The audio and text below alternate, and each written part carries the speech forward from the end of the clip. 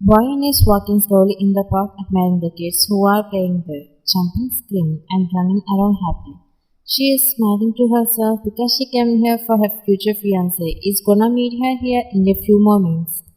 She rubs her arms together, preparing herself to appear calm and composed as she speaks with him, rather than displaying nervousness or shyness.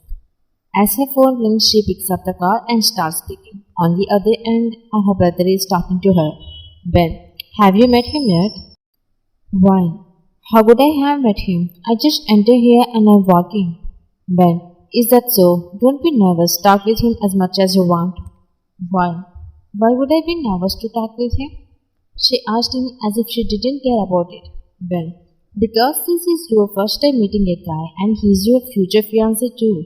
After next Sunday's engagement, you both will be engaged. Ben, okay, Ben. Ben, by the way, I must say that you are a very lucky girl. You are gonna have such a handsome man to be yours forever. I'm slightly jealous too, because he is more handsome than me. While he was speaking and she was smiling walking, when she saw her future fiance coming, she gasped and quickly said, I have to hang up. He is coming. Then her brother said, have fun, and hung up the call while laughing. Jimmy's her future fiance approached her while brushing his hair with one hand and the other casually in his pocket. She watched him and waved. He wore a crisp white black down shirt with sleeves rolled up, tucked neatly into well-fitted brown jeans that highlighted his slim figure. A black leather belt secured the jeans. He waved his hand and took a small breath. Did I make you wait for me too long? He asked. As he asked, she shook her head to indicate no and smiled. Jimmy, hey Wyatt, you have a great smile now. Why, thanks Jimmy. That's really kind of you to say. And you aren't so bad yourself. Jimmy. Well, I believe in sharing positive vibes, shrugging his shoulders. Why? So, what made you choose this park for our first date? Well, I enjoy being outside and the peaceful vibe here is a welcome escape from the city's business. Why? I'm glad you suggested. Jimmy. If I were to say you are too beautiful, would you mind? He smiled while smiling. His playful tease made her face turn red as she sensed Jimmy's playful teasing. Why would I mind when such a handsome guy is giving compliments that are sweet to hear? Her reply made him smile even wider. As he extended his hand toward her, she hesitated, looking at him. But then he smiled and tilted his head, silently conveying that it's safe to hold his hand. She automatically held his hand. They were walking forward chit-chatting with so much gossip until the day turned dark. Jimmy, I never thought our first date could be this much happy for me. Why, not only for you, but for me too. Jimmy, really, I have been craving that day when we will be one and that day I put a ring on your finger and make you mine on our wedding day. Not breaking eye contact. She blushed and looked down, but he gently lifted her head with one hand and he tucked her hinged handles behind her ear. And with the other he asked her something, bringing his lips too close to hers. Jimmy, hey, don't you want to experience what I feel? Like an intense craving? She nodded in agreement, her shyness preventing her from uttering words which only uttered him more. They stood closer to each other, her heart racing as he sensed that he was about to kiss her. Just as he expected, he asked for permission. Jimmy, I would like to kiss your lips once, can I? She pursed her lips together, then parted them again, and said okay, while closing her eyes. He also closed his eyes, placing his palms on her shoulders for support, not on her waist. He was about to kiss her when his phone started vibrating, causing both of them to open their eyes. Jimmy, sorry, why? He groaned in disappointment, but she smiled. Why? It's okay, first pick up the call. He sighed and took out the phone from his back pocket to answer the call. At first his tone was okay, but after hearing the other side, he responded in frustration. After 2 minutes, he ended the call and kicked his leg in the air. Her face furrowed as she stepped towards him, making him look at her, but she became even more confused after seeing his frustrated expression in that moment. Why? What happened? Is everything alright? Jimmy, I'm sorry, but I need to leave a bit earlier than I thought. Some work stuff came up unexpectedly. I need to handle it. Why? I get it. Jimin, for sure, I wish I could stay longer, but we will make it up next time. Had a great time today. One. I did too. And we can plan it for another great evening soon, Jimmy. He showed a small smile. Jimmy, I will drop you off at your home. One. It's okay, I can go. And I understand, and I wouldn't mind either. He hugged her to the aside and left her. She looked at him until he disappeared, running hurriedly. Wow, such a nice guy, huh? Thank you, Dev, for choosing him for me as a life partner. She smiled emotionally. After 20 minutes, she reached her home in her car and honked. But the security guard didn't open the gate. She honked again, but she didn't catch a glimpse of the security guard. So she got after the car to open the gate. Where did he go during his job? Maybe for the bathroom? But what about my brother? Why did he get out and when I honked twice? She was about to open the gate, but her heart froze upon hearing a whistle from behind. It was terrifying since, and she knew no one was there. Suddenly, that whistle created a creepy tension for her. When she looked back, she noticed a guy with long hair and that flowed over his shoulders. His big eyes gave her an unsettling gaze. His skin had a great charm and an air of mystery. He stood tall and confident, dressed in a sleek black outfit like a mafia style. How are you, my beautiful darling? His deep voice asked her, but he received no reply. She swallowed her hands, leaving the gate and clutching her clothes. I miss you so much, darling. Despite the tension she felt, his voice was familiar. Her eyes widened as she recognized his voice. When she sensed something, she stepped back immediately. I'm back to finally get you. What? You? She got scared, was about to open the gate to run inside her home. But he didn't give her a time. He picked her up with his left hand so easily she was struggling while calling her brother.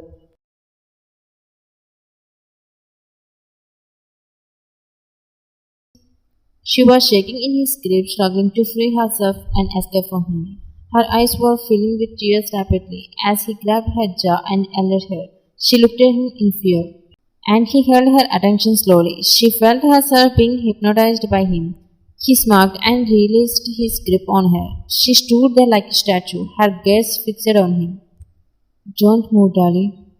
He brought his face close to her neck, sniffing her scent like an obsessed person who had found their favorite scent. Her mind wasn't performing. He had completely taken control. She circled around her while staring at her body from top to bottom with a crazed intensity. He was feeling incredibly wild himself, even smelling her closely in this intimate closeness. Get in the car like a good girl. We are leaving from here right now. Staring into her eyes, he said that. She got into the car, said without saying anything. Like a dog. He also went to the car and get in and started driving. So many hours later, she is peacefully sleeping on the soft mattress bed, her face as calm as baby's. The room is comfortably cool due to the AC, and there is no noise since no one is also present. He is sitting on the sofa and his legs spread wide, one arm resting on the armrest and the other hand rubbing his side. He never takes his eyes off her, not even for a moment. He was bored waiting for her wake up, so he got up and went near her, and he bent down over her, his face closer to hers. His eyes fell on her chubby cheeks, which had a light pink color, and he wanted to pinch them. But as his warm breath touched her soft skin, she woke up suddenly and she slowly opened her eyes.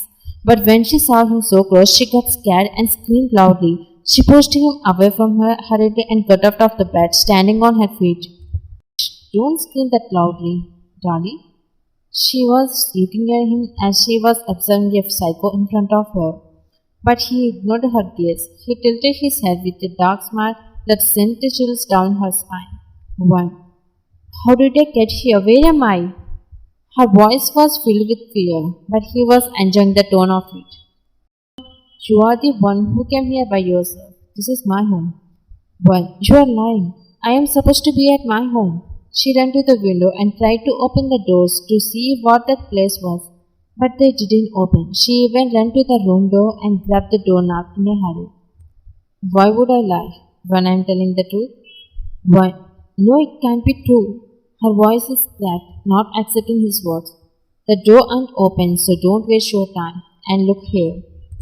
He said so calmly, but she didn't believe him. She is still shaking the doorknob, trying to open the door hurriedly. He called her again to stop trying to open, but she didn't listen, so he gritted his teeth in irritation due to her not listening. He angrily went to her and removed her hands from a doorknob, and he pushed her back just before she could fall, and in a blink of an eye, he pinned her against the wall. Can't you understand what I'm saying? He yelled her in anger. One, please open the door. I wanna get out of here. I'm scared. Never. You shouldn't leave my place. You must stay here, and this is your room. Remember that. One, no, I won't stay here. This is scaring me. He grabbed her neck, squeezing it as she struggled to complete her words. How can you say you won't stay? While she was struggling to catch her breath in his grip, her fingers were trying to remove his hands from her throat. However, it was no use in front of his strength. He let go when he saw her tears rolling in her eyes due to the lack of breath. Did I squeeze it too much? She was breathing heavily as he stepped back, looking at him in fear, wondering who he was and why is he making her suffer like this. Boy, who are you? Why are you locking me here? This is your fate, Kim Tae-young, and I'm your destiny, darling. Boy, what are you talking about? Let me go. We are nothing to each other. Jae, call me sir. And what do you mean by nothing? I'm gonna marry you. So after that we will be husband and wife. Why? What? No, I'm not gonna marry you. She could finish, he grabbed her throat again, causing her to choke. Her eyes began to tear up in his strong grip. Didn't I tell you to call me sir? I didn't ask for your opinion on marriage. I told you what I'm gonna do, darling. He harshly let go of her throat and his breath heavy. She pleaded with him, her eyes holding back tears. Sir, please. I don't understand why you wanna marry me. I really have no idea why you choose me for this. Jay, there is no need for you to know why I wanna marry you. I have my reasons, so prepare yourself to be my bride tomorrow, like a good girl. Hearing that, her eyes widened as tension increased. Why? Tomorrow? Jay, yes, tomorrow is gonna be your wedding day. She was scared as he opened the door with a key and dragged her forcefully from there, not caring about her will. Until then, she had been trying to free herself. When she got there, she got, and there were a lot of guys with big guns guarding the area, and a lady was looking at her silently. She looked at her in amazement. What is he? Jay, hello? Yes, sir. Look at this girl and get an expensive wedding gown for her, and get the other stuff as well. Don't make any mistakes in this. Got it? She needed to take Ryan's measurements, but Ryan stopped her saying something. Ryan, I don't wanna. Please try to understand. Ada looked at Jay nervously, and some girls were about to look at Jay, but Jay yelled suddenly, not at Ryan. Jay, don't you dare take a glimpse of her. Mind your own business, guys. The girls flinched at first, but then carried out their boss' command. Jay, and look at me. He pointed at her, but she didn't dare to look at him. Look into my eyes, Ryan. His single shot made her look into his eyes, and in that moment she was once again hypnotized by him. Now stay there and cooperate with her. She nodded and he glanced at Alan. She came near Ryan and after finishing backed up away from her. Jay, darling, follow me. He is walking back to the bedroom and Ryan is following him by obeying him. After I came to the room, they snapped his fingers near Ryan's ear and she recognized her sense and looking around in confusion. Ryan, how did I get here again against my will? You are doing something, sir. Jay, what would I do without you knowing? Darling, he playfully asked. Sir, no, something is wrong. Why am I not turning but obeying you when I look into your eyes, even though my subconscious mind doesn't like it?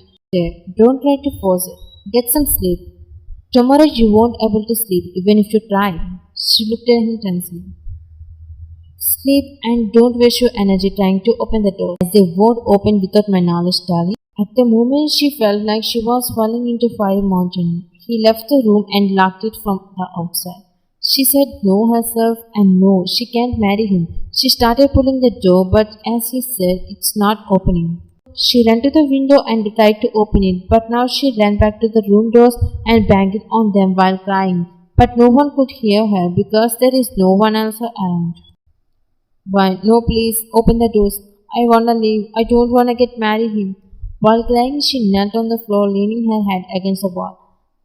Her other hand was still banging on the door, foolishly thinking someone could open it for her. Dad, Ben, Jimmy, please save me from him. I can't marry someone else who isn't Jimmy. This guy looks terrible, like he could eat me still alive. Please save me before he can do anything to me. While crying, she closed her eyes while hugging her arms for support. The next day, the doors were slowly opened from the other side, which woke up Ryan, and she got up and saw the person who had opened it was Anna, holding a wedding gown and some other items. Upon seeing that, her mind was stuck. Allah, Miss Ryan, you need to freshen up and wear this. What? No, I can't. Please leave. I wanna go home. Allah, sorry, I won't go against Sar's work, and you have to wear them, saying without looking at her while looking down. Ryan tried to say more to ask for help, but Allah didn't pay any attention to Ryan, so Ryan got injured and threw them away. Ryan, I said no, please, why don't you guys listen to me? It's a wedding, not a children's game. Allah didn't say anything. She silently left the room and closed the door before Ryan could move forward. Ryan once again trying to open the window doors and never giving up, but suddenly their room doors opened with a loud bang. They kicked the door, aggressively forcing it open. This made her flinch, but she didn't dare to look at him because she knew that if she looked into his eyes, she would definitely obey him against her will automatically. So she looked down while her body froze. Jay, what the heck is wrong with you? Take a bath and wear the damn dress. He scolded her aggressively. What? I already told you, sir. Please, I don't want to get married to you. Leave me. His eyes grew bigger and his fist tightened immediately, and he shut the door with a one kick, creating a loud bang, and she got scared, but didn't dare to look at his face for her safety. Jay, look at me. She didn't look at him. She still looked down while clutching her dress, but he aggressively walked towards her and grabbed her throat, pinned her to the wall, purposely making her look at him. However, she immediately shut her eyes, refusing to look at him. Jay, how dare you refusing my boss? He tightened his grip on her throat. She struggled, trying to free herself while still keeping her eyes closed. Jay, open your eyes first. Look into my eyes, he commanded. I can't. You are doing something to force me to obey you, sir. I can't look at you. He realized that why she hadn't looked at him. Then he smiled and released her grip on her and throat, moving away from her. Then she opened her eyes and looked down. Jay, you are guessing so smart. Okay, let it be as you guessed. But I can make you obey me another way too. She swallowed, wondering what made him so confident. Your brother and dad are in my custody. What? I'm not going to believe it. They must be in their home safely. She stuttered in tension, but he threw a few photos at her feet. She was shocked to see in those photos that her brother and dad were tied with their chains at a long pillar, unconscious too. She knelt down, rubbing those photos, looking at them with teary eyes. Please let them go. Why are you involving them too? What have we done wrong to you, sir? She asked him in fear. That's not the point here. Take off your damn dress now. Hearing that, her throat went dry, and she tried to step back, but there was no space. Her back was already against the wall. What? No, I can't. Please, why are you so cruel to me? Jay, shut up. Do as I said, without trying to be innocent. He aggressively yelled at her, making her cry. She felt ashamed and didn't want to do that in front of him. She hugged herself, begging and suffering. Please, I can't take off my dress. Please don't make me do this, sir. Asked while crying. If you don't take them off, I will take their lives instead. If you love them, then do it, or I will make them lifeless. He said it so casually without any hesitation, as he was saying no more words. His words were piercing her heart with fear. Why? No, please, don't harm them. I will do as you say, please. Jay, well, do it then, darling. Her tears were falling from her eyes, filled with so much pain, as her own hands were undressing her in front of him. His eyes were fixed on her face, as he was craving for her to look back at him. She stopped in the middle, as her hands were shaking too much to continue undressing. Jay, why did you stop, darling? Want me to undress you then? he asked. She shook her head while crying and undressed, completely covering herself. Why? Please leave them, they are innocent. She pleaded with a cracked voice, but he didn't care about that. Jed, I will after I finish my work, darling.